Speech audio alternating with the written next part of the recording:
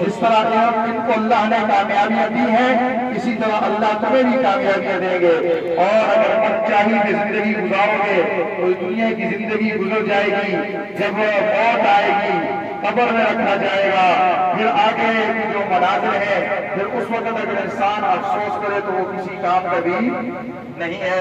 ہم نے دنیا کے اندر اللہ رب العزت کے احکامات کو جناب نبی اکرم صلی اللہ علیہ وسلم کے طریقوں کے مطابق گزارنا ہے تو وہاں کی بڑی کامیابی بھی ہمیں ملے گی، یہ دنیا کی کامیابی بھی ہمیں ملے گی اور آخرت کی کامیابی بھی ہمیں ملے گی۔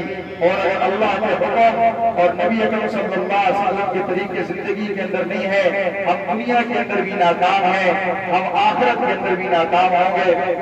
عزیزان محترم، اللہ رب العزت نے اس انسان کو دنیا کے اندر بھیجا ہے، اس کے ساتھ کچھ حقوق وابستہ ہے۔ سب سے پہلا حق اس کا اللہ کے ساتھ ہے۔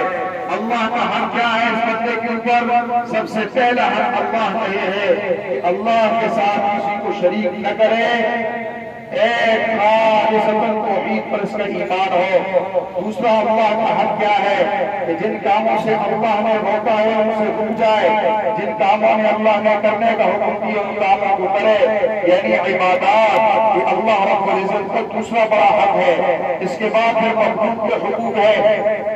مخلوق میں سب سے پہلے جناب نبی اکرم صلی اللہ علیہ وسلم کا حق ہے۔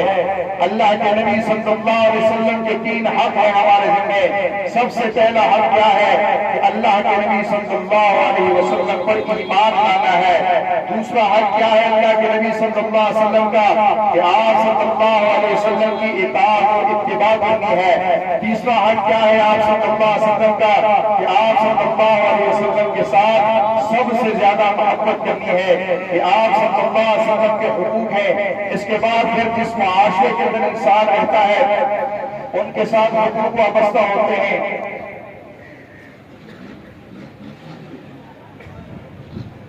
پھر بندوں کے ساتھ حقوق وابستہ ہوتے ہیں۔ معاشرے کے اندر انسان رہتا ہے، مانی حقوق ہے، مانی حقوق ہے۔ مانی حق یہ ہے کہ کسی کی غیبت کی ہے، کسی کو دل آزاری کی ہے، کسی کو زبان سے تکلیف دی ہے۔ اے ہمارے محترم حسین خان عرف کٹے اس جگہ پہ اس نے زندگی گزاری ہے، اگر کسی مسلمان بھائی کو اس کی ہاتھ سے، اس کی زبان سے یا اس کے کسی عمل سے کوئی تکلیف پہنچی ہو تو سارے ہاتھ کھڑا کر کے اس کو اللہ کی رضا کے لیے معاف کر دیں۔ سب کہتے ہیں کہ ہم نے اللہ کی رضا کے لیے اس کو معاف کر دیا ہے۔